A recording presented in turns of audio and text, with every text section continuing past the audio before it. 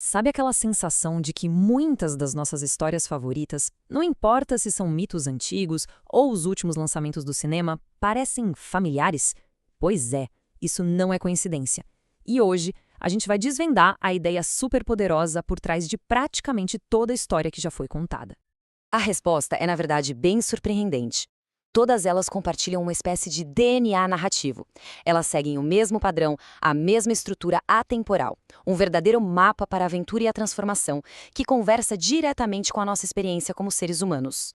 Para a gente entender de vez essa história universal, vamos mapear essa jornada juntos. A gente começa com a grande ideia por trás de tudo. Depois, mergulha nos 3 atos principais, a partida, a iniciação e o retorno. E no final, a gente descobre como essa estrutura se encaixa na vida de cada um de nós.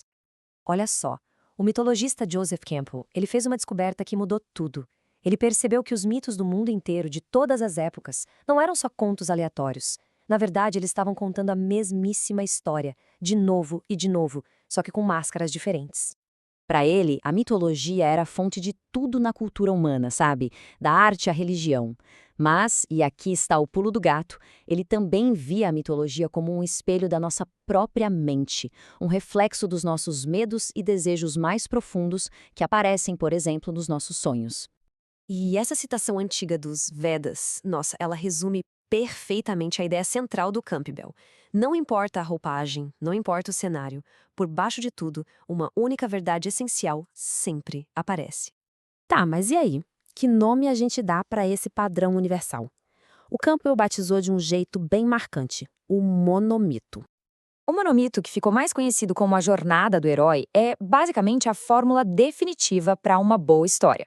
É um ciclo de 3 partes, separação, iniciação e retorno, que mostra um personagem saindo do seu mundo comum para fazer algo extraordinário e, no fim, voltar, completamente transformado. E aqui vem uma sacada que é simplesmente genial.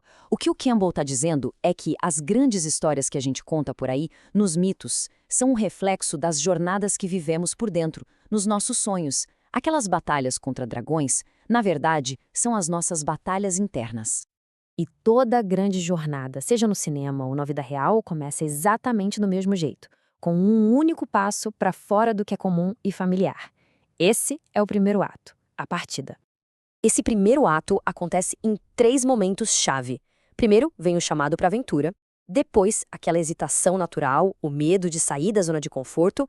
E, finalmente, o passo decisivo que leva para o desconhecido.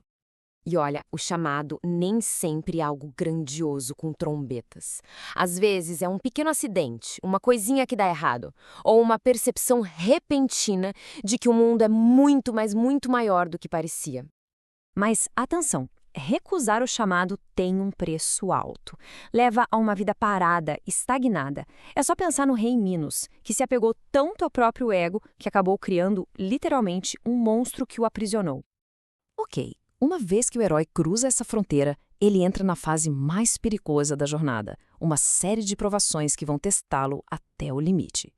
Esse estágio é o coração da jornada. É aqui que o herói enfrenta desafios que parecem impossíveis, ganha uma sabedoria que o transforma por dentro e, finalmente, consegue aquele grande prêmio que vai mudar tudo. E essas provações não são só batalhas físicas, não. São lutas internas, contra as próprias limitações, contra as barreiras que a sociedade impõe. É aqui que a gente vê o conflito central, a grande escolha. De um lado, o herói, que aprende a servir algo maior que ele mesmo. Do outro, o tirano, que é consumido pelo próprio umbigo. Isso nos leva ao ponto crucial de toda a iniciação. A batalha final não é contra um dragão lá fora. O verdadeiro monstro a ser derrotado é o próprio ego limitado do herói. Mas calma, conquistar o tesouro não é o fim da história. Talvez o teste mais difícil ainda esteja por vir. O herói agora precisa completar o ciclo e voltar para o mundo comum. E esse ato final, muitas vezes, é o mais complicado. Porque, pensa bem, como é que se traz o tesouro da iluminação de volta e se compartilha isso com uma comunidade que não viveu o que foi vivido? Nossa, isso resume perfeitamente o tamanho do desafio. Como comunicar uma experiência tão profunda para um mundo que talvez não esteja pronto para ouvir? Como traduzir a magia? Mas, afinal, por que essa estrutura tão antiga continua sendo tão importante? Porque, como a gente vai ver agora, essa jornada não é só sobre heróis de mitos. Ela é um mapa para as nossas próprias vidas. No fundo, a jornada do herói é um mapa para a nossa transformação pessoal. É um guia para a gente navegar pelos desafios da nossa própria existência. A grande lição que Campbell nos deixa é que a maior aventura da vida não acontece lá fora, no mundo, mas aqui dentro. É uma jornada para a gente redescobrir o potencial incrível que sempre esteve guardado em cada um de nós. No fim das contas, a jornada do herói revela que aquela centelha divina que tanto buscamos no mundo é a mesma que já existe dentro de nós.